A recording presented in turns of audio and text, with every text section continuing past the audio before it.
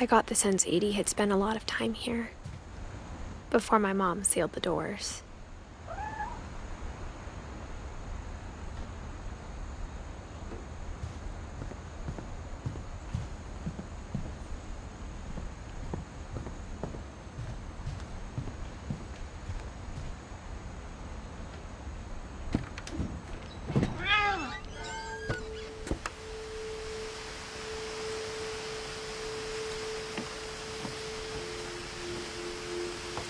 This will be obvious later, but my mom never told me any of these stories. Edie would have, but Mom didn't like bringing up the past. Though, when we adopted a stray kitten, she was the one who named it Molly. I spent a lot of time in Great-Grandma Edie's room. Louis died a week before we left, but Edie had already started to memorialize him.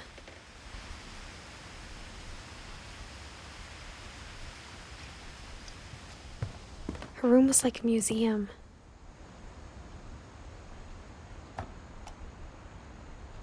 For 500 years, the Finches have been famous throughout Norway for their fortune and misfortune.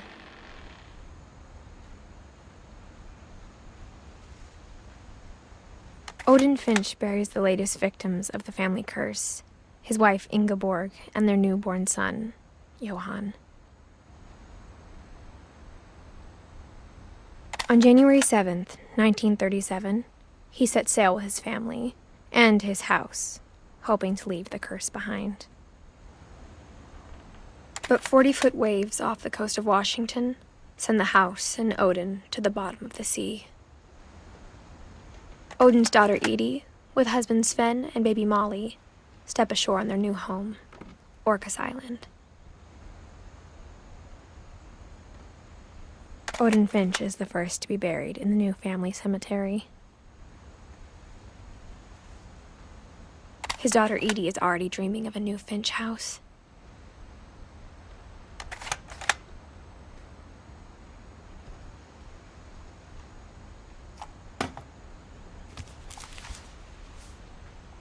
Whatever's wrong with this family, it goes back a long ways.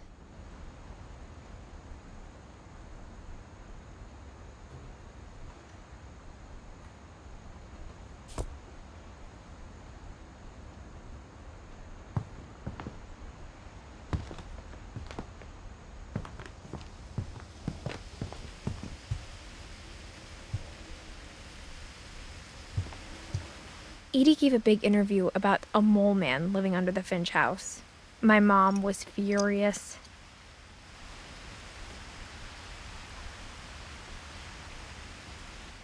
I hadn't thought of myself as Edith Jr. for a long, long time.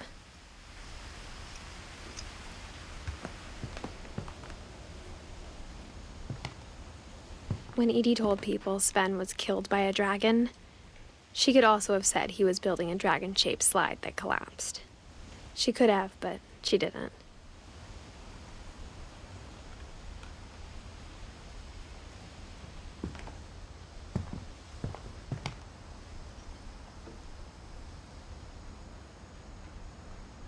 Even in her 90s, sometimes Edie seemed a lot younger than my mother. The only trace Grandpa Sam's first wife, Kay, left on the house was the pink bathroom. It was a pretty big trace.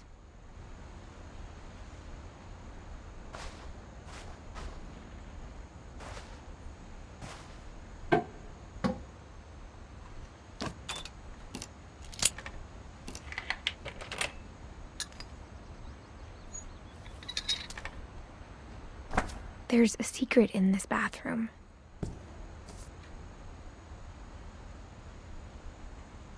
It's in the last place you would look. It isn't in the cupboard.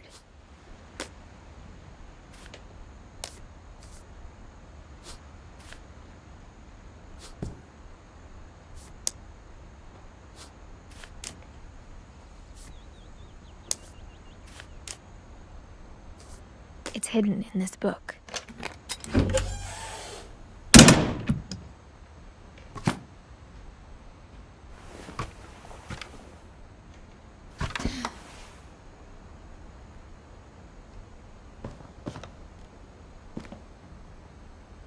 Ben gave Sam an old camera he'd refurbished. He never put it down.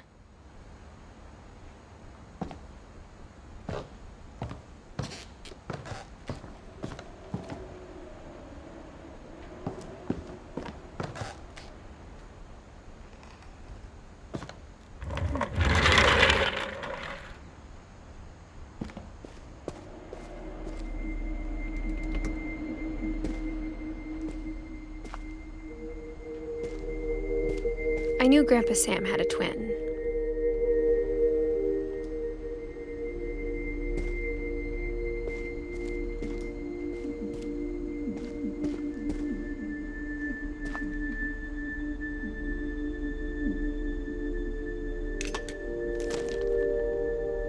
And that he never talked about him.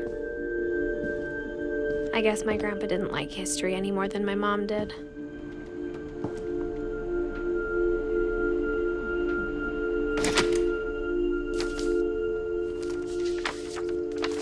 How I Want to Remember My Brother by Sam Finch.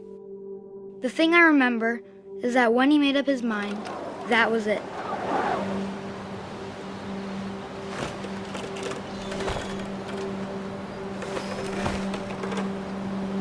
My brother said he'd die before he ate another mushroom, and he did. At Barbara's funeral, we swore we'd never be afraid again, and he wasn't.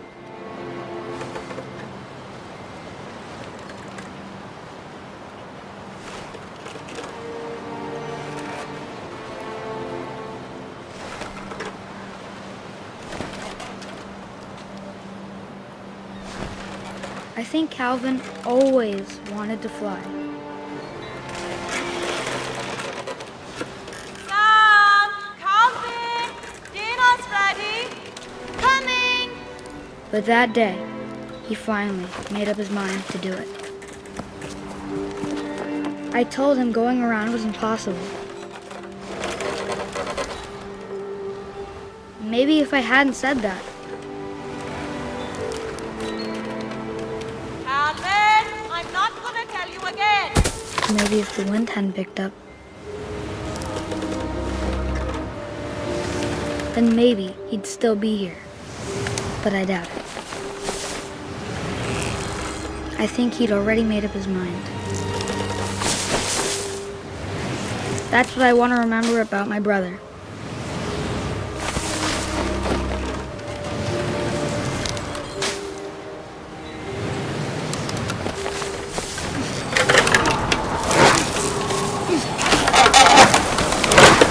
The day he made up his mind to fly. And he did.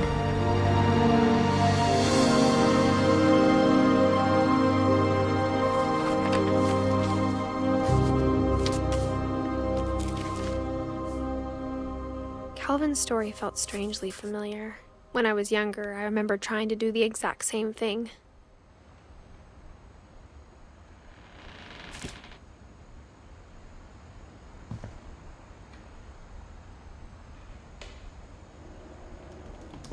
After the funeral, Edie roped off Calvin's half of the room.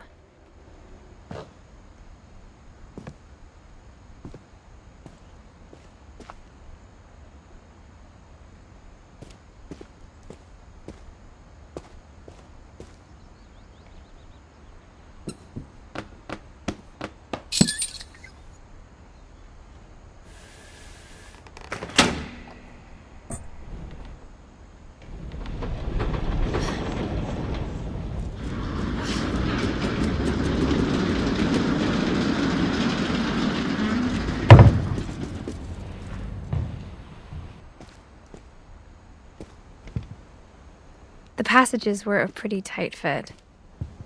They'd obviously been built for smaller hands and bellies.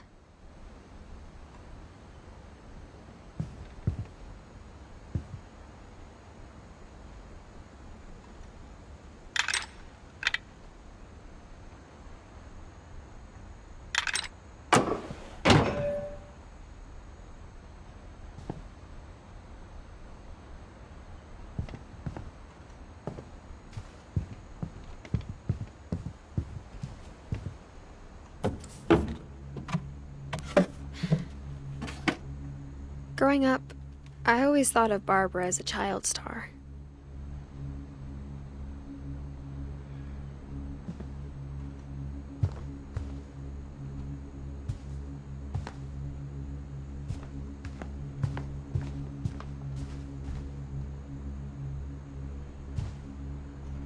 I never thought about how hard it must have been for her afterwards.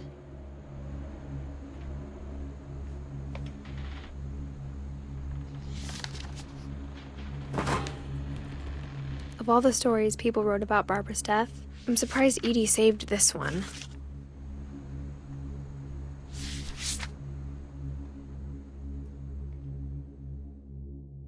Old Jack here with another ghastly tale inspired by America's most unfortunate family.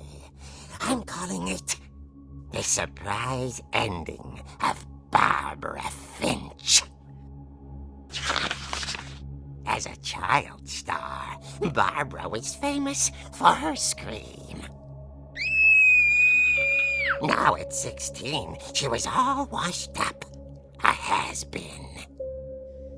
But in a lucky break, she'd been asked to perform her signature scream at a local convention for monster movie fans. It was just the boost her career needed. Unfortunately, her scream hadn't aged well. Getting better. I think you just need the right motivation. Her biggest fan and current boyfriend, Rick, was about to demonstrate when... Now that was a great scream. It was Barbara's father, Sven. He'd slipped into a table saw and had to be rushed to the emergency room. So Barbara got stuck babysitting her youngest brother, Walter. Her convention comeback was cancelled. Okay, I'm hearing frustration, but I'm not hearing terror. What if I tried... A gang of hoodlums in Halloween masks have been terrorizing Orcas Island tonight. Police are urging residents to... That came from the basement. You're right! Also, I loved your delivery on that. Why is your basement door locked? Because my dad likes making puzzles and secret passages. There's a key hidden in the music box. The secret is to keep winding and winding until finally the key pops out. Thanks, babe. I'll be back in a sec. 20 minutes later, Rick hadn't returned. So Barbara went to look for him, right on cue. She reached for the music box.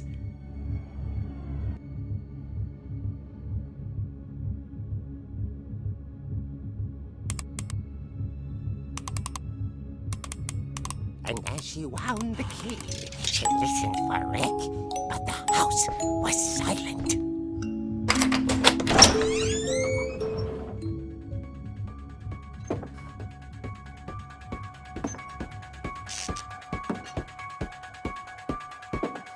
She found Rick's crutch and imagined the worst.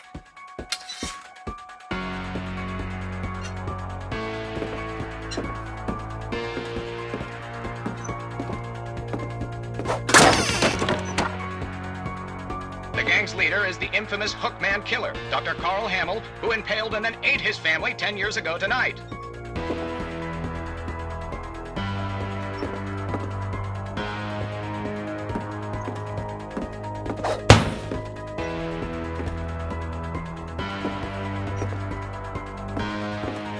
The old fridge rattled and grew still.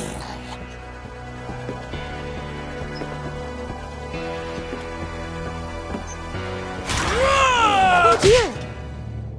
Oh! Rick? Barb, relax. I was just trying to scare you to help you find your scream. Well, I'm not scared, Rick. I'm furious. Then act furious. All I'm getting from you now is that you're hurt and confused and She threw him out, but she kept a little something to remember him by. Barb, have you seen my other crutch? And she was still holding it when she fell asleep watching the late picture show. Hours later... Barbara! Walter, what's going on up there? Ah! Okay, I'm coming up, but if this is a trick, you're dead, Walter.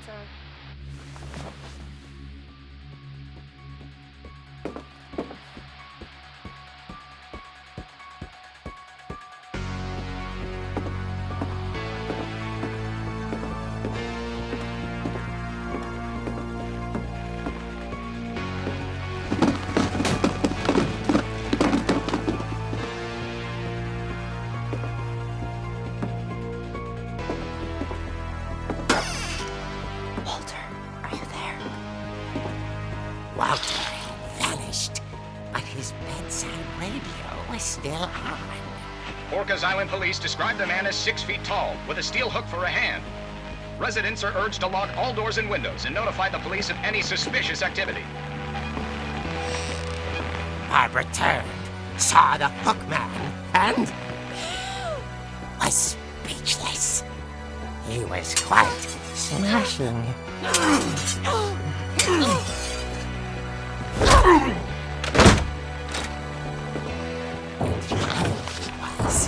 He couldn't get enough of Barbara. Okay, Barbara, there's gotta be another way out of here.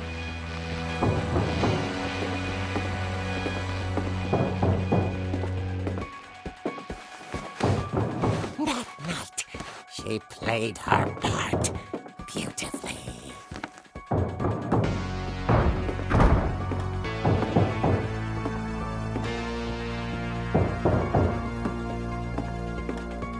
Molly's door hadn't been opened in years.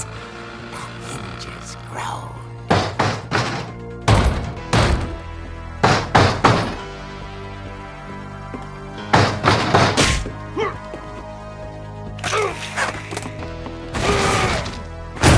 He wasn't moving, but she sensed the story might not be over yet.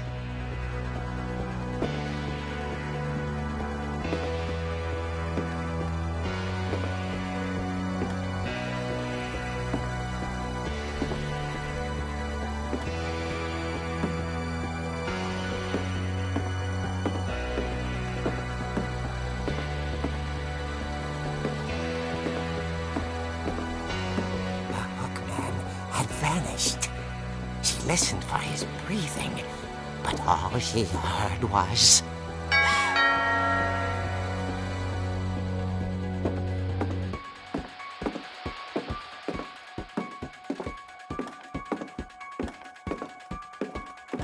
Someone at the door was dying to speak to young Barbara.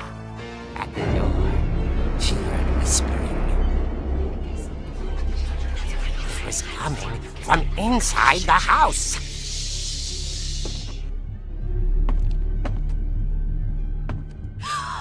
Oh dear.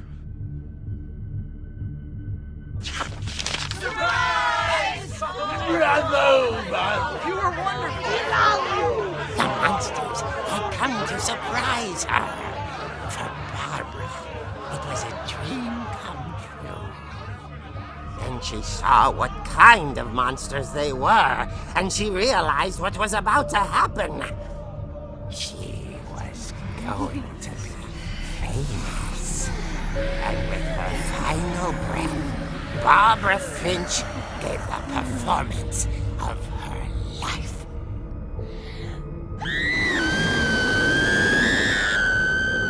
I wasn't there myself, but I hear Barbara was magnificent.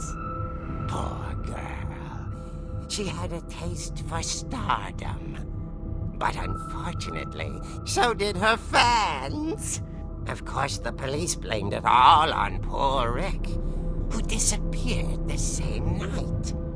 And little Walter, hiding under his bed the whole time.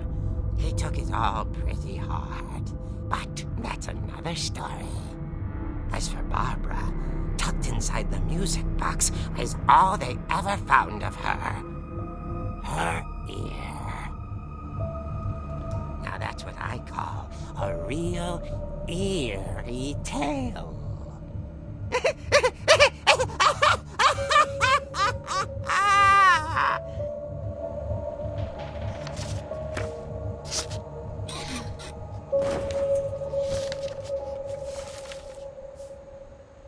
Edie told me all Barbara wanted was to be remembered, as absurd as that comic was.